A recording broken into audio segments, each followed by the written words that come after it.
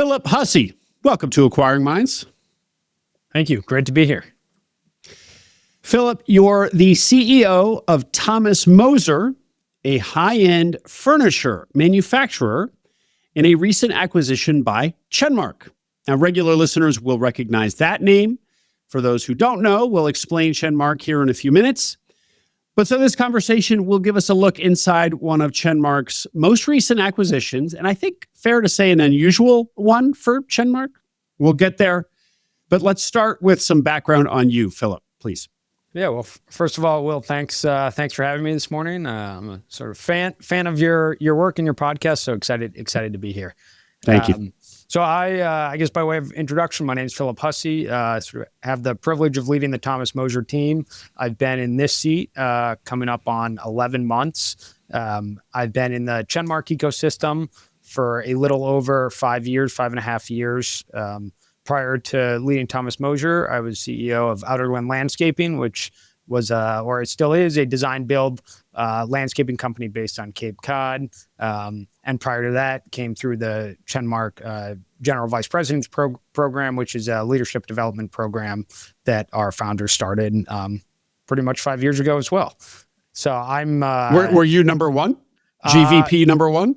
There wasn't a program when I started. Technically, a colleague was number one, I guess, but I count myself in the first three. So, okay, great. By the way, the business in question today is Moser or Moser? That is a good question. Depending on who you ask, you get different answers. I say Thomas Moser. Okay, Moser like zha. Okay, yeah. I'm going with what the CEO says. Let's now explain Chenmark a little bit. Again, a lot of people will already know. How about I take a stab and then you fill in the blanks? Absolutely.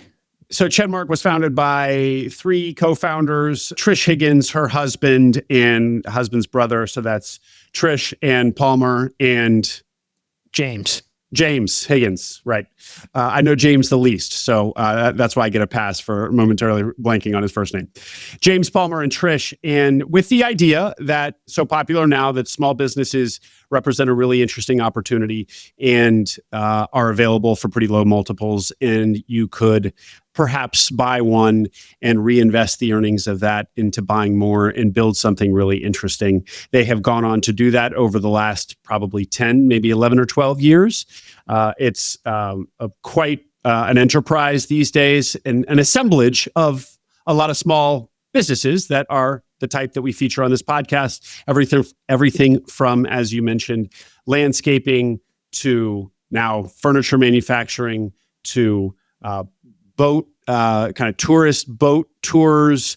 There's a food manufacturing, like a baking something in Canada, and much more. It's really an inspiration to our community.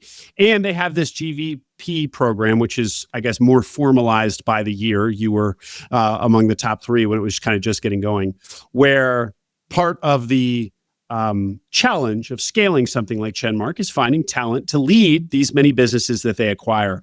And so this Generalist Vice President program is their program to kind of cultivate bench talent that then goes into to run these businesses, and I guess also go out and find them, because I think that was the case, your case. What did I miss there, Philip?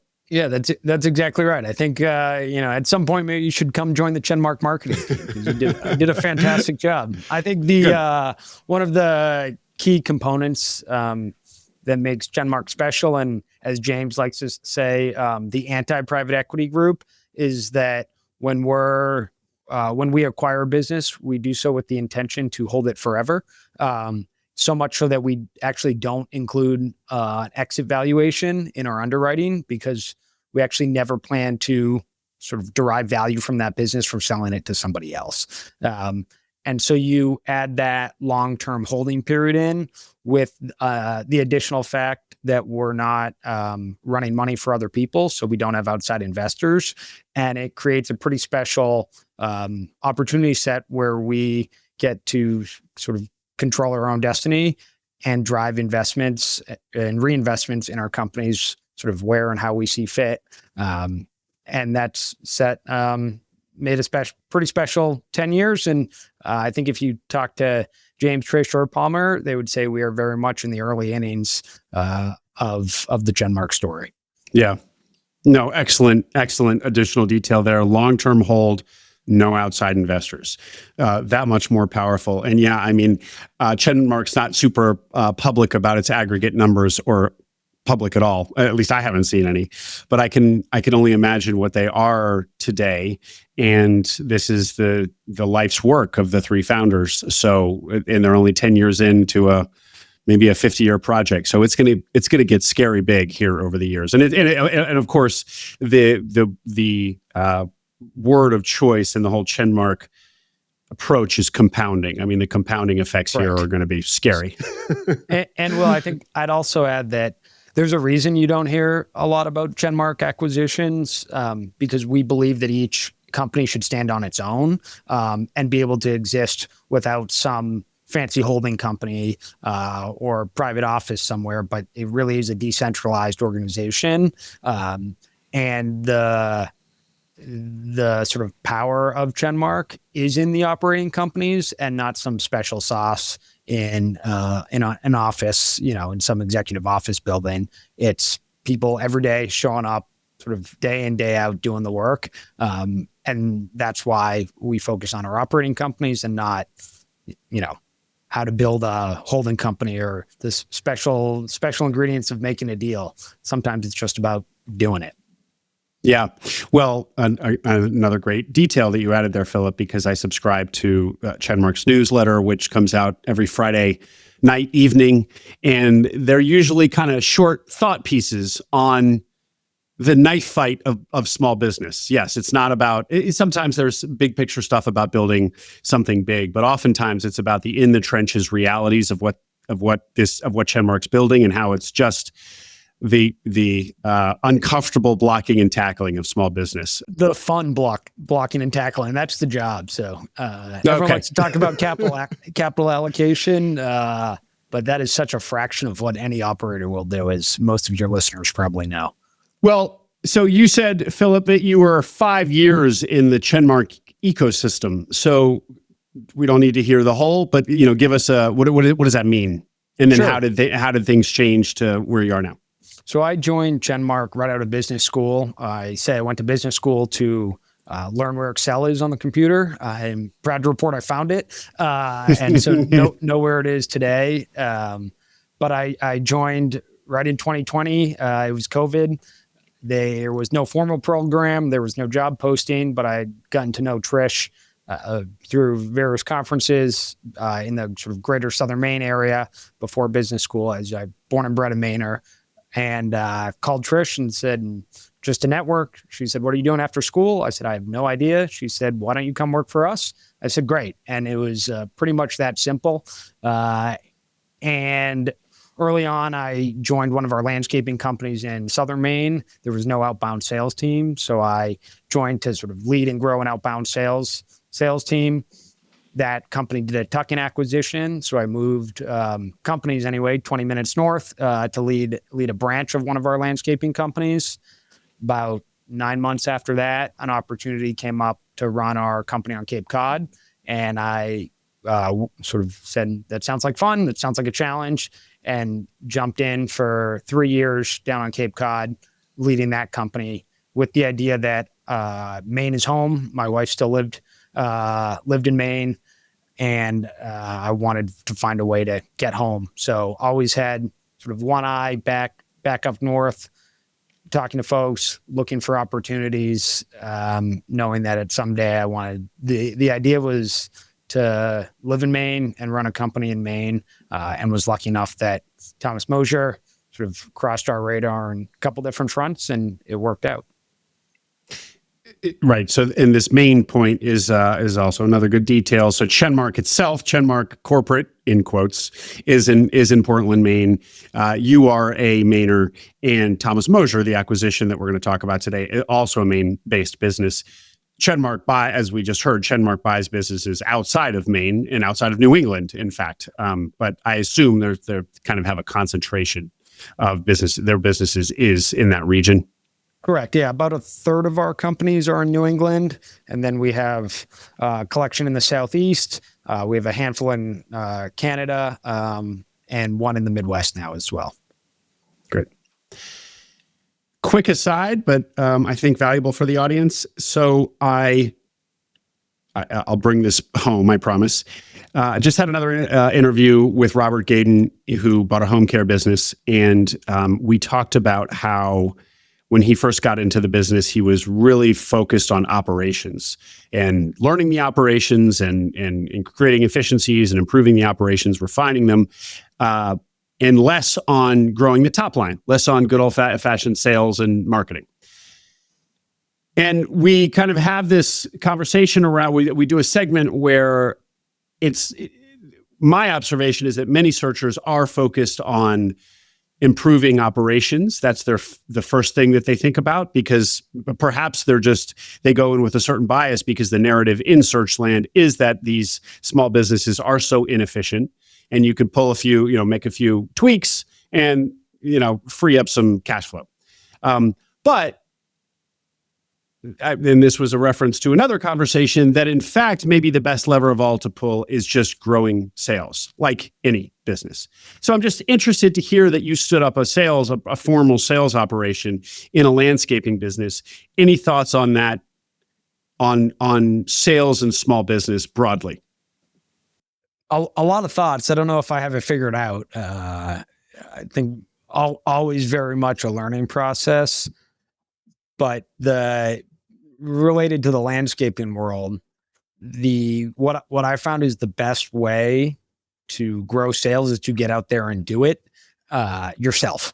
And you can hire sales reps, and you can try and go, send a million emails, but the only way to learn is to pick up the phone and call. And so my first job at this business essentially was looking at Google Maps, finding large parking lots, calling the facilities director and saying, can we plow your lot? And log that. We were using HubSpot at the time, log that in the CRM, and then make sure you call them every year for the next 2 years, 3 years. And eventually they come around. And so it is very much I like to say sales is a contact sport. The best way to do it is to do it. And you can't over-engineer your way to success. It's sort of short-term compounding, do the activities, and good things will follow. Consistently, right? And that's the key. And do you feel, Philip, that many small businesses are undersaled? That's a good question. Oftentimes, I think it's the hardest part to invest time and energy and attention, because it's harder to imagine what could be. Particularly in small business, sales is such a relationship game that oftentimes the owners own the relationships, and they get to call a buddy up. If it's in the landscaping world, they know the property managers. They've been working with them for 20 years. It's more natural, right? They're sort of already ingrained in those communities. If you're not, you have to make an sort of extra effort to get into those communities, get into those networks, and show up. It's less of a cold call, hey, can I plow your lot? But how do you go to the chamber event? How do you sponsor the Little League games and consistently be there? And that's how you build trust. Sort of no matter how good your drip email campaigns are on like pretty pictures of snow removal, that doesn't build trust, right? Showing up with a 6-pack or with some collateral, or sponsoring a Little League team, or grabbing a meal, that builds trust. And ultimately, at least what I've found in B2B sales, it's about relationships first, and then value second. Let's return to your story. So how does Thomas Moser appear on the radar of you, of Chenmark?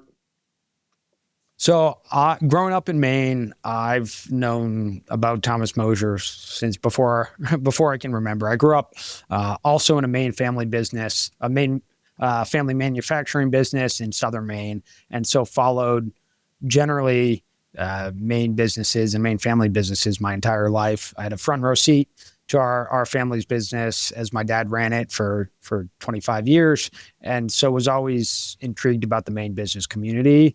And the brand that Tom and his wife Mary built here is iconic. The furniture is incredible. they have a amazing story. So I'd say most Mainers, at least in the business world and beyond, know about Moser. And so I never stopped searching for Maine businesses while I was in Cape Cod. And so when I was home on the weekends, I'd send notes at night, etc. And was lucky enough that the Mosers responded to one of my emails. Sort of simultaneously, they had a advisory board who had a connection, sort of a second degree connection to Trish, one of the Chenmark partners, and both of those sort of emails collided at the same time, you could say, and presented the opportunity that the Moser family was starting to think about a transition, and heard there was another family business in Portland who buys and holds small businesses, and would we be up for a conversation? And we were off to the races from there. And that first conversation or first email, I believe, was in March of 2024. Okay, year and a half ago. And when you sent your outreach to the Mosers, was it part of some sort of kind of drip campaign, or I should say kind of cold? Well, it was cold. I guess how personalized, manual was this email? Did you completely manual? Why it wasn't just in there with 100 other emails that went out in some automated drip? No. Generally, that's not. That certainly wasn't my process, and that's not generally the Chenmark process. I had a connection. I had sailed growing up with one of the Moser grandsons, so knew the family at least tangentially. Had given, or at least had been around Moser gifts being given before. It's a very personal story, and I tried to draw the main family business connection. And the more personal an email is, the more likely, somebody's going to respond to it. And who in the family would you send this email to? I sent it to his title was chairman of the board. He was Tom's son, Aaron at the time, and he had run the business for a while, and then was in a board chair role. Okay, great. And at Chenmark, as a GVP or effective GVP as you were, so does that means that you also search, or there's the expectation that you're eventually going to be the one to do a search and find a business to bring into Chenmark? Say more about that. So the leadership development program, our GVP program, has 3 stages. Your first stage, you'll come into what I'll say is HQ, which makes it sound bigger and fancier than it is. But that's either in Portland, or now we have a regional office in Nashville.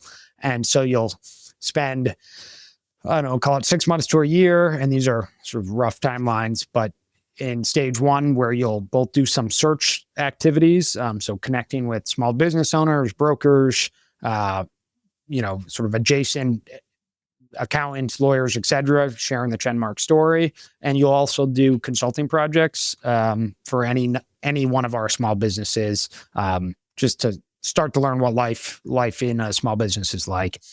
After that, you move into what we call stage 2, which is a leadership position on an executive team on one of our small businesses. So you'll go be the CFO, COO, head of sales, chief people officer, sort of any number of positions based on the needs of any one of our operating companies. Again, you'll do that from a year to 4 years and beyond, depending on your situation, the company's needs, the skills you need, et cetera. And then as we are onboarding new companies, anybody in our who's one of our number 2s has the option to raise their hand and, I'll say, apply in quotes to run the new operating company. So the odds are, I'd say you probably won't run the company that you find, because you may source it or have a great conversation early in stage 1, and that may lead to an acquisition 5 years down the road. But there's no presumed ownership. What we like to say is search is a team sport. And we do that by going out and having just great interactions with people, and specifically small business owners and people who know small business owners. And the idea is that when they're ready to transition, they'll remember us and that we'll stay in touch. And even if it's 7 years from now, we can sort of authentically say, we're going to be here. And if we can help, call us. And if it's a good fit for us, great. would, love to take a look. And if it's not, maybe we can help you find somebody who would be a good fit. And so try and be able to fill that matchmaker role as well. Mm-hmm. But you were far along enough in your tenure at Chenmark to, and also source the deal and it was in Maine, which I assume you'd communicated to Chenmark, your bosses, that you wanted to get back to at some point, that it was, if you guys did in fact go through with buying Thomas Moser, that you'd be the obvious candidate to run it? Generally, yeah. When I accepted the position on the Cape, it was with the understanding that eventually I'd come back to Maine, and there was no sort of mandate, go find a company in Maine. But my perspective is good things happen to people who go out and try. And I knew if I, help find a business, I'd be that much more likely to run it. But we're a small enough group, and sort of our mantra is be up for the adventure. And, there's what we have done, but what we will do is, anybody's guess. So super cool. All right, Philip. So now let's start turning our attention to Thomas Moser, the business itself. You have said that it's iconic in Maine. I hadn't heard of the brand, but ahead of our pre-call, I was looking at locations that it has, retail locations, which aren't many, but they are in some of the most premium retail markets here in Georgetown, in San Francisco. So it's a premium brand with some retail locations that are in very select locations. Say more about the reputation and brand of Thomas Moser. Yeah, and maybe I'll take a step back, and would it be helpful to get a brief history of the company? Yeah, please. Mm-hmm. So we were founded in 1972 by Tom Moser and his wife, Mary. Tom was a debate professor at Bates College here in Central Maine, a liberal arts college. He came to Maine sort of through the academia world. He was orphaned at the age of 18, ended up putting himself through school, had a professorship in Michigan, and then took a job at the University of Maine in the late 60s, early 70s, eventually making his way down to Bates on a tenure track position. On the side, he was always fixing stuff, fixing up homes, fixing furniture, all sorts of sort of handiwork. And they had 4 young kids and trying to get by. Tom was sort of the craftsman. Mary was the brains behind this, selling this stuff. And then in the early 70s, they decided they could make a go of this business. And he quit his professorship job teaching debate, and launched Thomas Moser Cabinet Makers. And what was particularly special is that there were 2 things happening in Maine at that time. One was the Back to the Land movement. So you had people leaving Boston and New York, finance and legal jobs, coming to Central Maine to sort of go back to the land, and building furniture was something that those folks felt were real and authentic. So he had that pool of talent, but he also had a shaker community. One of the last shaker communities in the country was here in Maine. And the early furniture was shaker inspired, and a number of those pieces we continue to produce today. And so Tom had this talent pool that he could tap into to help grow the early business. And that was in the early 70s, and it expanded pretty quickly from there. And so it started as a cabinet maker. He called it cabinet making. It was really furniture, but the people making our furniture, we still today call cabinet makers. Interesting. Okay. Is that a term of art in wood furniture manufacturing, or is that just an idiosyncrasy of Thomas Moser? That is a good question. I don't have the answer to that. And you said that he was the craftsman, so he was the talent initially. But to build a business of any size, obviously there are going to be a lot of craftspeople working there. Correct. And you said that actually it was his wife who was the business-minded one. So how did that relationship between the two of them evolve in the organization? So I can speak as best as I know it. Tom passed away this year in March, in his early 90s. Mary, his wife, is still alive in her late 80s, and was lucky enough to get to know them both a little bit. But Mary, I'd say, was ahead of her time on the marketing side. Early on, she was A/B testing ads in the New Yorker.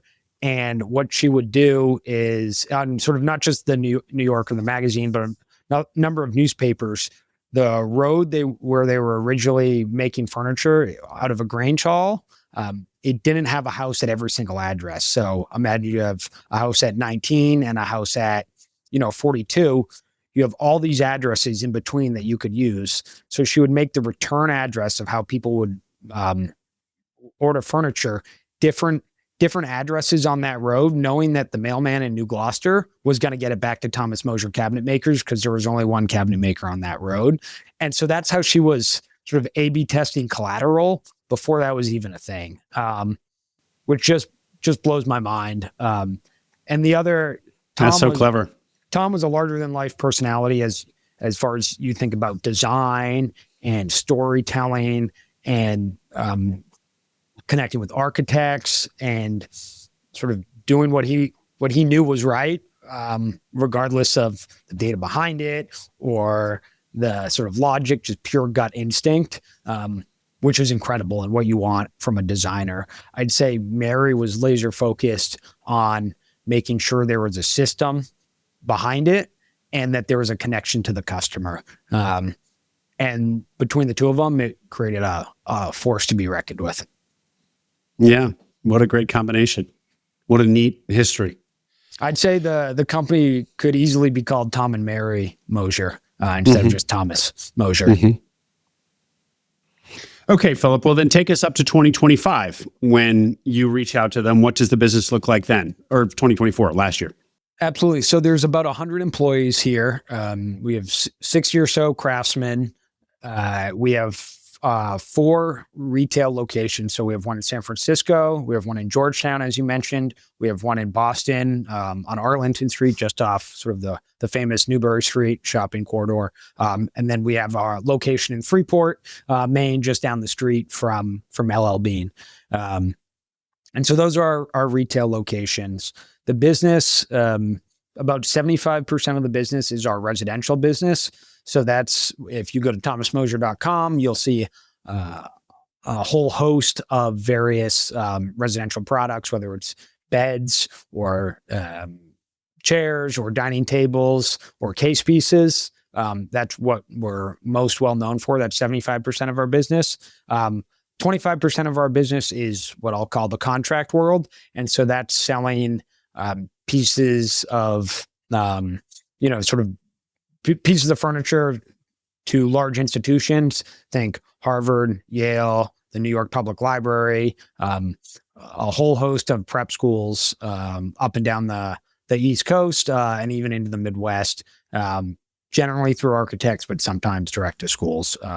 So those are the sort of two functions of the business. I'd say from a contribution margin perspective, the contract produces more of the contribution margin than the residential line, but the residential line is hands down what has built the brand and why people know us and why people come back, and feeds the design of the contract market. Mm-hmm. And how does it work in furniture manufacturing land? You have your own stores where it's all your product. But like a room and board or a design within reach are different. They're not selling product that they've manufactured, or they've contract manufactured it. It's got their name on it. Sort that out for us. That's correct. Yeah. So we're vertically integrated. So everything that we sell, we build. And that has the blessing of we own quality, and we are known for quality. And to give you a sense for this, we own quality. We actually have no quality department internally. What we do have is craftsmen sign the pieces with their signature, and they date it when they make it. And so we have people who have put thousands of pieces of furniture out into the world. And when Tom believed our furniture should last longer than the life of the tree that it came from. And so we cut the trees down, or we have a partner, another family in New Hampshire that is the aggregator of our lumber. They cut trees down between 80 and 120 years old. our furniture is designed to last at least that long. Mm-hmm. And so when these craftsmen are signing something that is going to be out in the world for 100 years, they want to be very proud of it, knowing that it's going to last longer than they'll probably be alive. And so you combine the signature component, and then you ask the person next to you we put a flashlight on every single piece, and you get sign off. They don't actually sign the piece, but you get sign off that, hey, this piece is done and it's okay to sort of head out to shipping and to a customer. And that's our quality department, which is pretty special. And circling back to the contract manufacturing question, that generally doesn't happen when you don't own your manufacturing, right? That sort of level of pride and that connectivity is rare and something that makes this place special, because we'll hear from customers. We'll get an email saying, this is an incredible piece of furniture. I see Seth built it. Can you make sure he gets this email thanking him for my wedding gift? And then we'll walk out onto the floor and give it to Seth. And that creates this pretty unique flywheel of reinforcing why quality is so important. Unfortunately, right, the sort of downside of owning your own manufacturing is that you have to manage capacity, both in the good times and the bad times. Somebody like Room and Board, who doesn't manufacture, hey, if they're not selling through, they have the luxury of just not ordering. We don't have that luxury, right? So we have craftsmen that we need to keep going here in Auburn, Maine, and you don't have as much flexibility in ramping up or down your manufacturing component. And so sometimes I envy those traditional sort of retailers just own the brand. But when you look at the furniture, we don't really compete against them because of the quality that we're making and the relationships we have with our customers. So it's easier, but I don't think it's better. Mm-hmm. I'm sure that they would have all kinds of reasons why their business model is challenging. Like, I'm sure rent. They would. Yeah. But we have those challenges too, though, right? Because we have the storefronts. We don't have as many as they do, right? But we're still, if you're competing for store frontage and attention units and eyeballs online and all of these things, we do that too. Absolutely. Yeah, great point. And so, give us a picture of the business, like from a financial perspective. How, what does that look like in 2024 when you start looking? Sure. So, doing about $20 million plus or minus in revenue. I'd say there's about a 5% sort of margin, sort of EBITDA margin on it, which candidly showed us there was a lot of room for opportunity because it's an incredible brand. So the idea was that the brand was worth more than the business. And how can we tap into that to go drive value for everybody at the company? So that's really interesting. So just to underline this for everybody, this is a business with this incredible brand and history and culture, but it's kind of limping along. It's not doing that well for a $20 million business generating $1 million in cash flow. Call it, 5%. That is, you would think that it could do better. And so your assessment is, it could do a lot better, and we can't value this based on EBITDA alone because there's going to be a lot of goodwill allocated here, namely in the brand. But how then do you go about valuing a brand? So I think there's two components. There's an operating component to this, and then there's the sort of deal structure component. Taking the latter piece first, the deal structure component, thought about it from a potential for, I guess, asymmetric returns. And so, hey, what could right look like? And understanding who we could be. But from a valuation perspective, we're able to do it pretty in line with how we think about most of our businesses. And for all your listeners out there, right, and most, from on a multiple of EBITDA, not crazy on most small business acquisitions, we're sort of in line with that, but we're able to think about structure from an earn-out perspective with the owners, saying, hey, if we can figure out how to grow incremental value here, there's an opportunity for that value to be passed along to the family as well, to align incentives there. I see. So in fact, you did value it according to kind of a traditional multiples based valuation, and then that value of the brand that I was leaning into so heavily a minute ago is really just asymmetric upside. It's that's kind of coming along for free, if you will. Yeah, correct. Yeah. Okay. That's pretty exciting. I'd say come along with hard work. So it's not easy. Philip, what you do is it easy? Yeah. Okay, but you are in fact you bought the business on a multiple of EBITDA, and in the way that some no-name furniture manufacturer might have been acquired at. But in fact, in this case, what also comes along for the ride is this incredible brand. Correct, and an amazing team. Like, you cannot buy and you cannot teach this quality. It is something like special about the people here who've been doing it. I think our average tenure is like 15 years, and a third of the workforce has been here over 25 years. It's simply remarkable. Wow.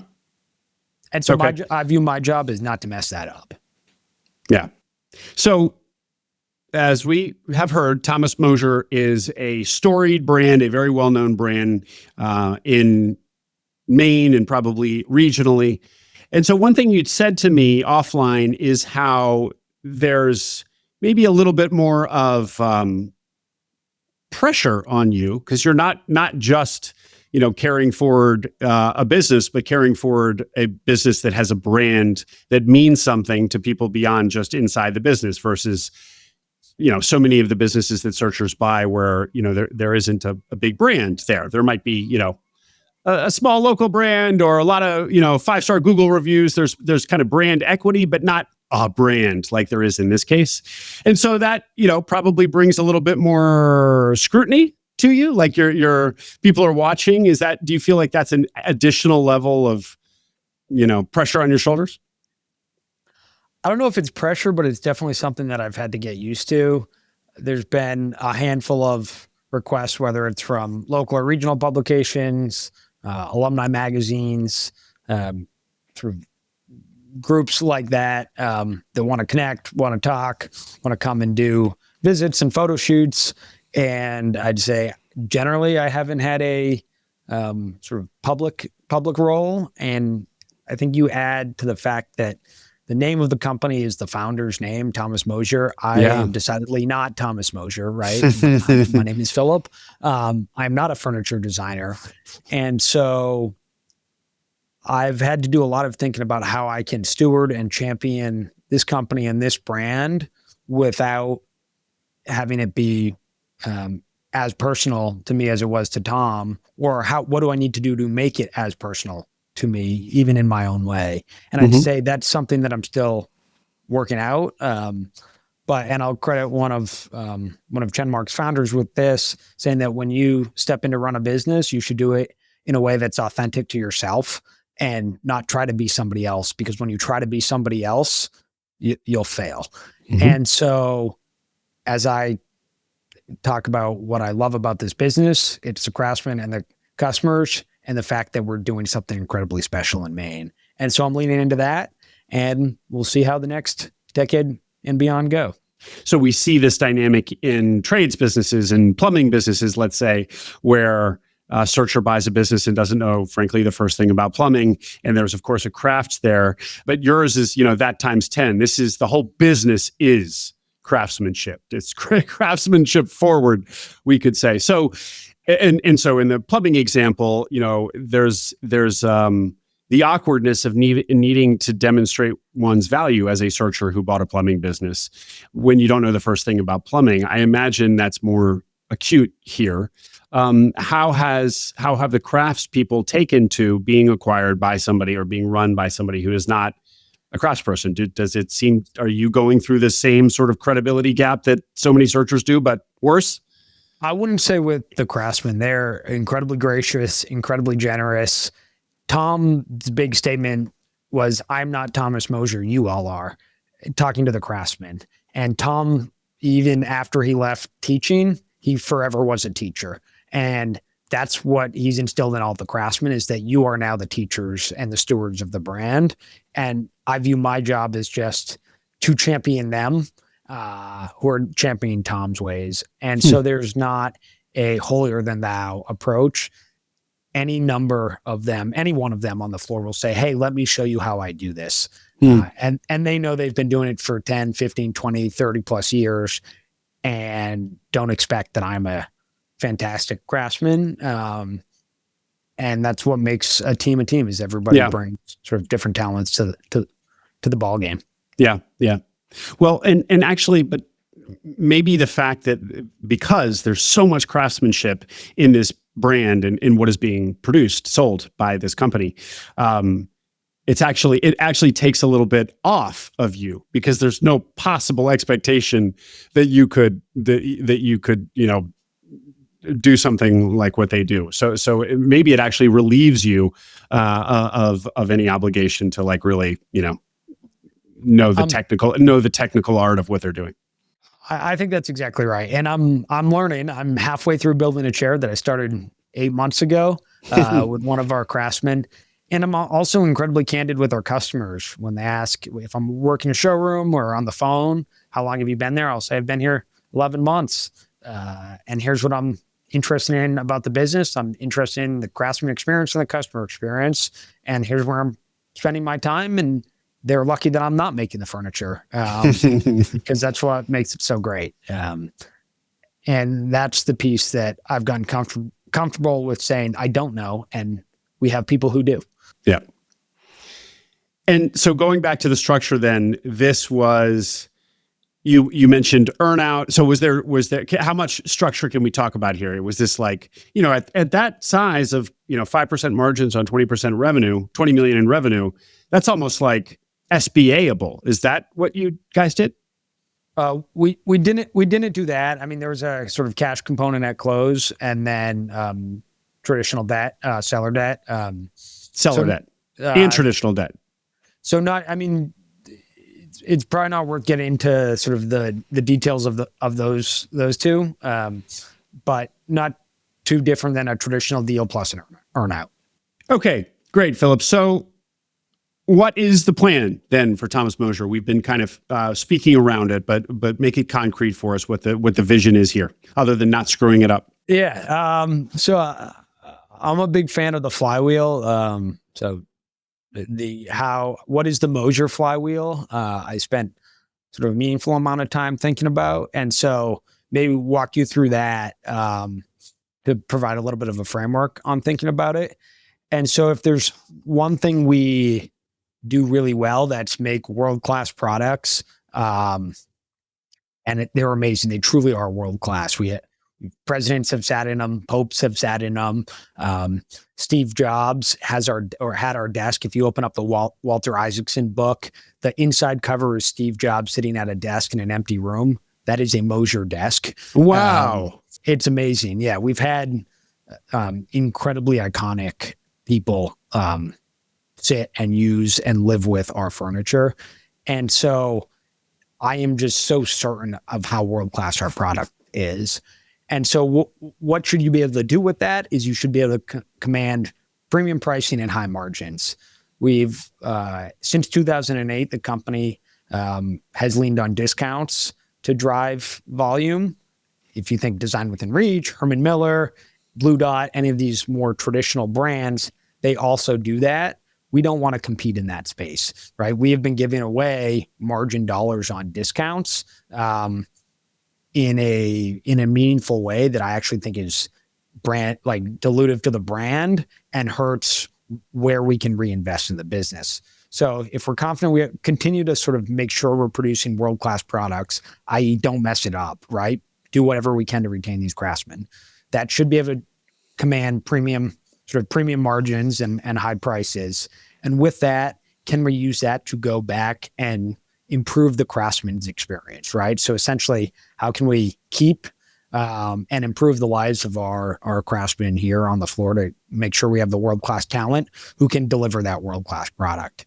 I think the other caveat I'll add, so that's your flywheel, is product, higher margin, world-class talent, keep going, is we're thinking how we can improve the experience that goes along with that product, and viewing that as a separate product. Really is, when you order your furniture today, it could take anywhere from 12 to 18 weeks, depending on, what you order and when you order and yada, yada, yada. But there is an experience going on with that as well. And how can we make sure we are sharing the Moser story and having a high touch luxury experience for those folks? So not only do they talk about how amazing the furniture is, but how amazing the build process was, how amazing the delivery process was, how amazing the follow-up story was. By the way, did you know you can go for a tour? You can meet your craftsmen. All of these pieces have an opportunity to enhance what world-class looks like. Mm-hmm. So that's our process and sort of vision. I think the challenge is many of our, I'll call them back-end processes, are as handmade as our furniture. And so something tells me you've said that line before. I have. And so what that requires is unpacking that in a way to say, how can we make this easier so we can eventually handle more volume, be more efficient in the back office, provide a better customer experience and a better workplace experience, right? If people are doing less sort of manual entry, keying in data, manually processing receipts, those type of activities, to unleash all of that talent purely on the customer or purely on the craftsman. And if we can do that, that flywheel is going to start spinning pretty quickly. Can you say more about that? This goes to introducing efficiencies, right, into the operations, essentially. Correct. Yeah, and I think it's how you deploy that excess capacity. So pretend you have customer service manually calling people to collect a final payment. So, hey, your furniture is about to be done. I'm going to call you and because we're made to order. So when you order a piece of furniture, we're literally going to build it for you, right? We don't inventory stuff. There's a handful of products we inventory, but when you call after this to order the bed, because I know you're going to, we're going to have a guy in the rough mill go pick the boards for your bed, right? And we collect 50% up front, 50% on the back end. So if customer service is spending all of their day collecting final payments, guess what they're not doing? Providing wow moments for customers in other areas. So imagine you automate final payment collection, right? Emails, auto charge, whatever. Now you have somebody who can spend half of their day calling customers to wow them, right? Mm-hmm. What if you knew when somebody's birthday was? What if you wanted to, the woman who runs our front office sends maple syrup to folks when we have an issue, Maine maple syrup when there's some type of issue. What if you could do that proactively? So now when you had an issue, but just thanks for your order, your bed's being made, we're going to ship you some maple syrup while you wait. Merry Christmas from Maine. We're not doing that yet, but those are the type of activities that we want to unleash our team on, because then while you're waiting for your bed, you're going to get a package of something or a letter or whatever. You're going to tell your friends, holy cow, I ordered a bed, and while it was being built, I got a product or I got a note or I got a letter from this company in Maine with homemade maple syrup saying, thanks for your patience while we build your bed. You're going to tell everybody about that, because Design Within Reach is not sending you maple syrup. But in order to free up that capacity, we need to make our back office more efficient. So that's what we're working on. Great. Fascinating. And what size business do you think you can get this to? Like, if it's at 20 million today, could this be 100 million? I see no reason why that can't be a target, given the strength of the brand, the markets we are not in. As you think about luxury markets, we don't have a New York showroom right now. We don't have a Dallas showroom. We don't have an LA showroom, and at various points in this company's history, we've had showrooms in those places, not in Dallas, but in certainly in New York and Chicago and LA. And so the more you can be in the places where luxury consumers are, the more brand recognition you get and the faster you can grow. And then your constraint becomes talent and craftsmen, because it takes a couple of years to get reasonably good, not let alone great at building furniture. So, and what is the retail strategy, or maybe how much sales flows through retail versus online? I mean, I imagine you do a lot. In some ways, there's a lot of is this at all a D2C business? It's so premium, maybe not. Very much a D2C business, but I'd say it's more like selling a Volvo than selling a mattress, right? So, we do some online business. It's probably less than a third. Most folks, if you're going to spend $10,000 on a dining room table, you want to come in and look at it. You want to touch it. It's a sensory experience. And so being there, seeing it, talking to somebody matters.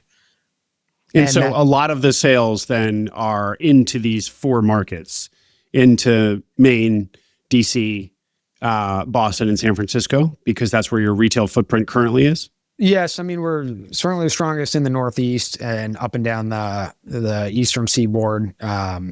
West Coast, we have a San Francisco office or, location. We do have what I'll call a design center here that responds to catalogs. We mail out several 100,000 catalogs a year. And those are getting inbound sales via catalog. And they're working with folks to help, figure out what they want and process the order in a way that is probably most folks aren't used to. In a call center capacity, our team may spend an hour or two with the team, with somebody on the phone, helping them configure a room, go back and forth on email with different pictures, talk about length, talk about bed height. And so it's split out between all of that, but far less than you'd expect is just direct purchase online. And so in a world where so much furniture has been offshored, furniture manufacturing has been offshored, I guess North Carolina, used to be a big furniture making place, and I guess it still is with respect to the U.S., but it's a shadow of its former self. The simple answer to that is that you position yourself as super, super premium, so you're just not targeting a mass consumer audience anyway. As simple as that. It's kind of the answer. Yeah, we're not trying to. This isn't a volume game. If you're doing, I'd say craft at scale, because it is handcrafted furniture, but we are doing it with more than one person, right? This is not a guy down the street in his barn. People ask who we compete against. I'd say generally we're competing against more likely custom furniture makers in your hometown, right? Who are going to go build that table just for you. But we were doing that with, 60 plus people. And so the model is not to say, hey, how can we go sell this design and have somebody in China make it? Because you lose that sort of personal, approach of knowing your customer and signing the bottom of the table. In so much that we do a customer in residence program. So customers can come here and build the table with us. And spend a weekend in Maine or a week in Maine experiencing the process. And it's as experiential as it is, just a table or just a chair. And how many people take you up on that? So it was paused during COVID. We're about to restart it this coming spring. We always sell out. So I hear you say that you really don't have competitors. So there just aren't other furniture brands that are essentially making custom pieces at scale. You're really sitting up there by yourself. There's a handful, but it's we are truly unique in that perspective. There's certainly other expensive furniture out there, and there are custom shops out there. We're somewhere in between, because we do have known solutions, right? You can go on and you pick you pick what piece you're going to order and you can order that piece, but we are building it for you and we're doing it for you and a lot of other folks too. Great. Philip, let's turn our attention back to the relationship with Chenmark. You had said how Chenmark's model is one of high decentralization. All the businesses kind of stand on their own 2 feet and succeed because of the internal operations and value proposition of the businesses, those businesses themselves. You had said something to me though about there were financial benefits to being part of the Chenmark family for Thomas Moser, right? Working capital benefits, which of course, as everybody listening knows, is just a very delicate feature of small business, and particularly in manufacturing. So what benefit did you get there? So sort of the, I guess, financial benefits of being in Chenmark writ large is that, one, we're interested in what we need to do to make this business great in a decade, right? And less, what do you need to do to make it good next year, right? But we want to be great forever because that's how long we plan to own it. So there's a tolerance for, investments that may have a little longer time horizon. Mm-hmm. So that's one component of just access to reinvestment capital is, I've never done it in a regular business or sort of outside of the Chenmark world, but I imagine more readily available because interests are aligned in building something for the long term. I think the other piece, and this is probably more just an outcome of all of us in the Chenmark world learning from each other, but we end up sharing stories or outcomes from focusing on working capital and the impact that can have on a business when you can find ways to be more efficient. And as a peer will do it in another company, I'm like, oh, that's interesting. How can I drive on that in our own business? And you can find ways to fund, we can find ways to fund some of our own growth or our own investments just by pulling out working capital to free up cash to put in other places. And I'll give you an example if that's helpful. Please. There sort of 2 examples actually. Found out that we were sitting on probably more lumber than we needed. Sort of how we were ordering lumber is had too much of it. And so the opportunity is, hey, can you sort of do the same with sitting on less lumber inventory? Can you resort it? Can you send some of it back? Yes. And talking several $100,000 worth of excess lumber that, great, you can pull that out. Where can you reinvest that?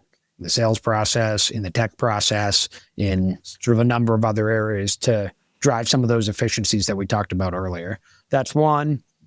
Let's also use the example of final payments. Hey, what if you could collect those faster and sooner to pull final payments a month forward? So now we automatically send final payments a month before your furniture is going to be ready. So you get all that cash sooner, but it also has the benefit of as soon as that piece comes off the line, we can get it on a truck and sent to the customer. So they're not also waiting for their furniture because of back and forth calls for payments. So those are just 2 examples of how you can look at where there's cash tied up in the business and figure out how to pull it out and stick it somewhere else that drives more value. Yeah. Wasn't there also an example of your own ability to process cards or something? So when an order comes in, it's 50% up front. And then, of course, Thomas Moser sits on that 50% because it needs to be deployed into the cost of producing the good, but that's over some number of weeks. But wasn't there a benefit of needing to hold on to all of that 50% deposit or something like that? Yeah. So credit card companies, if you're taking a large chunk, they're going to want to show that, it's a liability on your books that you still need to deliver this piece of furniture. Right. If this was being run out of one-off, you need to make sure you have sort of the cash, right, to deliver on that liability to make that piece of furniture.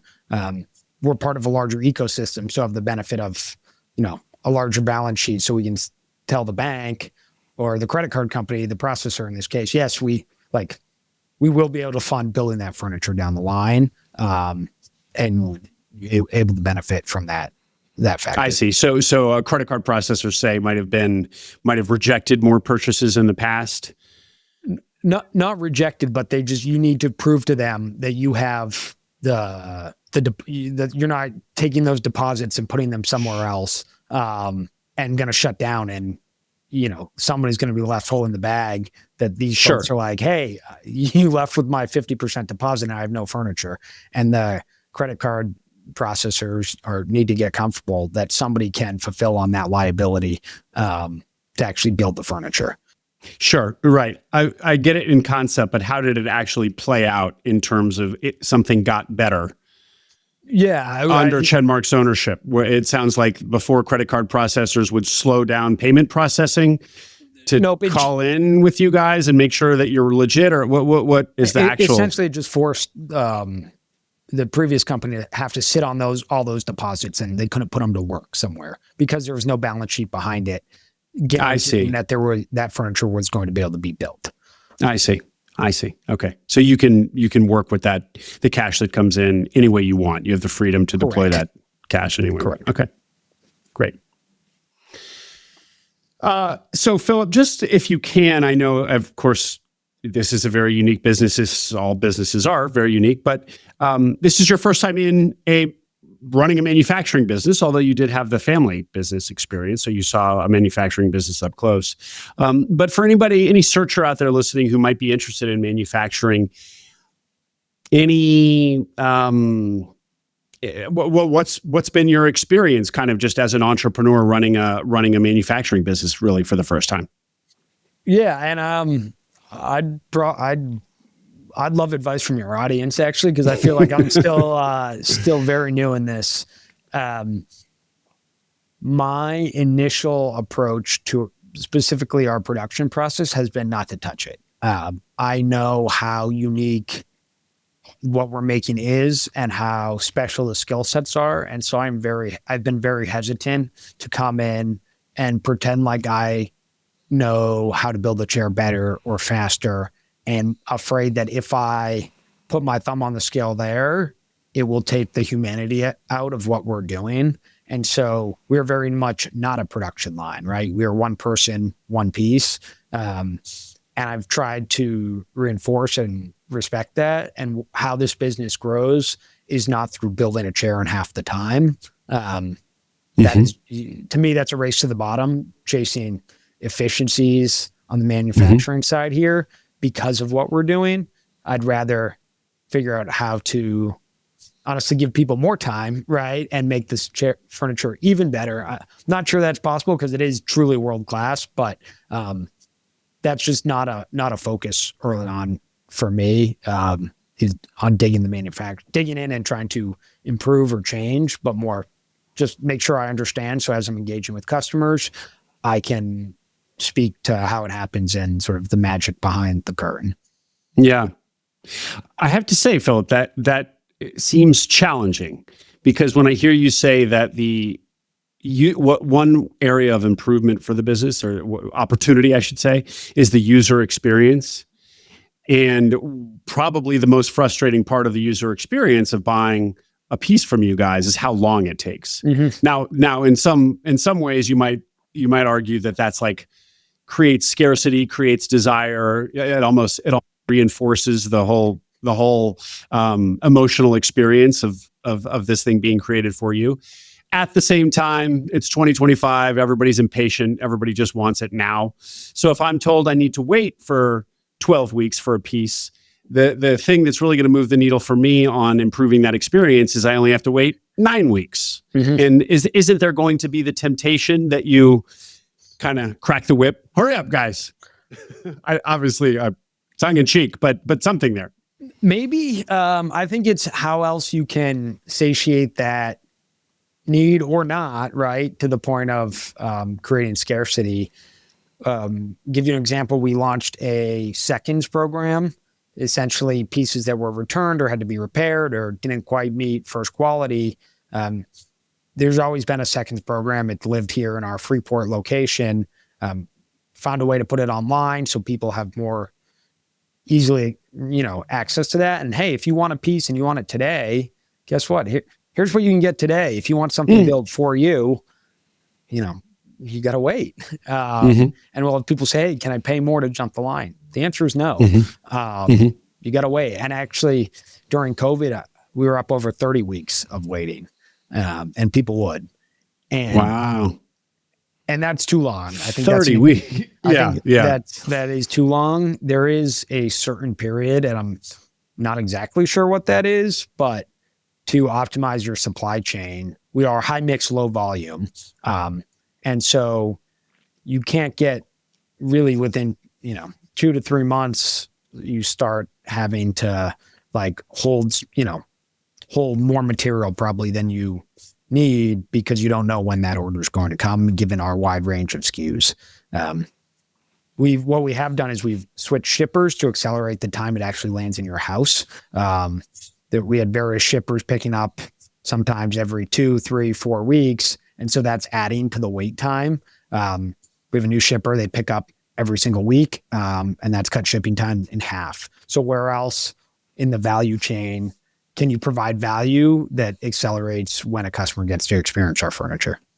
And what about some giant order from Harvard University? How does that play nicely with little old me buying a $10,000 dining table? Yeah, so it depends what they're ordering, when they're ordering, what our schedule looks like. We have outsourced partners that we can pull in to help build large orders. So we have a partner in Ohio that helps build some of these large scale institutional orders if we need it.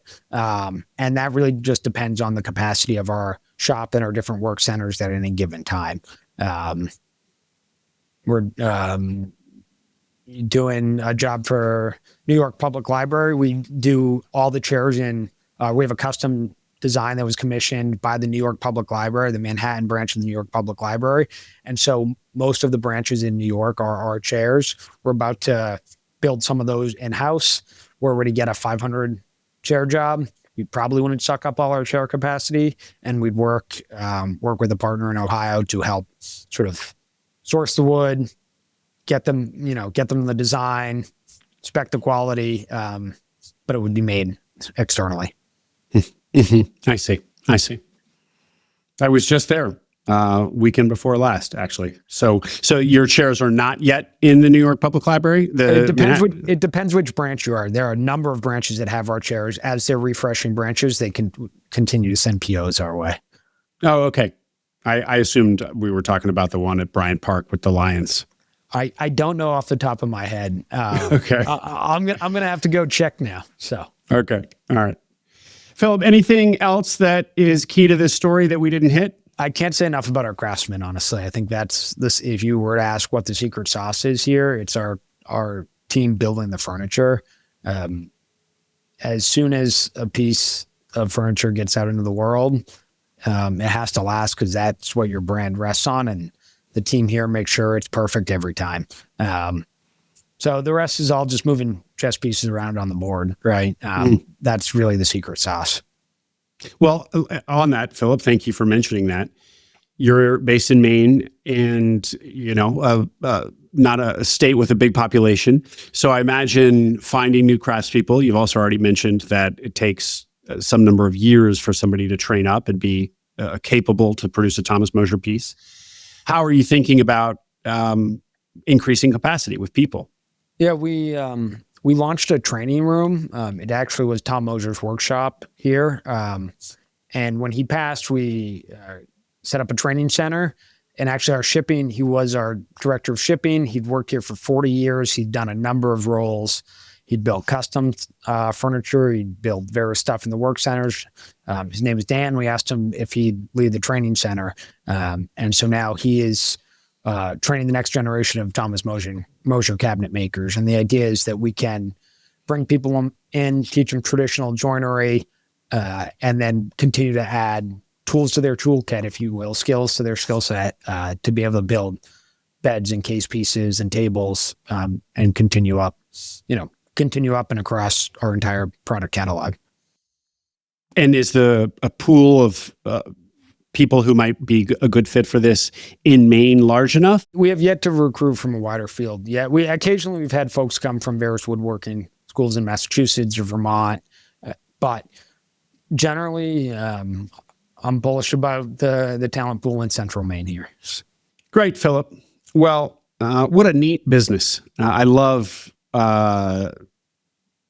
I don't claim to be an expert on it or know much about it, but I appreciate a beautiful piece at least, and I love a business with a really strong brand and a legacy business. So there's so much about, and of course, I so admire what Chenmark is building broadly. So there's just so much to be excited about here. It's a really neat acquisition. And was it fair to say that this is kind of an unusual one for Chenmark? I said that earlier.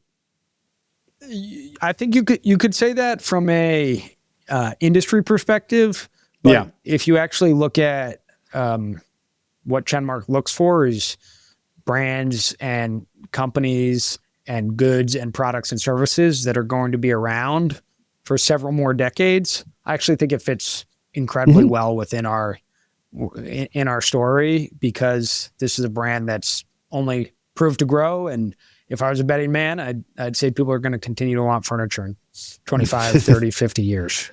So from that sense, no, not at all. Great. Good note to end on. Philip Hussey, thank you very much for joining us. Thank you, Will. Hope you enjoyed that interview. Don't forget to subscribe to the Acquiring Minds newsletter. We send an email for every episode with an introduction to the interview, a link to the video version on YouTube, and soon, key takeaways, numbers, and more essentials from the interview for those of you who don't have time to listen or watch it. Subscribe at acquiringminds.co. You'll also find all our webinars there on the website, both those we have coming up and recordings of past webinars. At this point, there are over 30 webinar recordings, a wealth of information on all the technical nitty-gritty of buying a business. acquiringminds.co.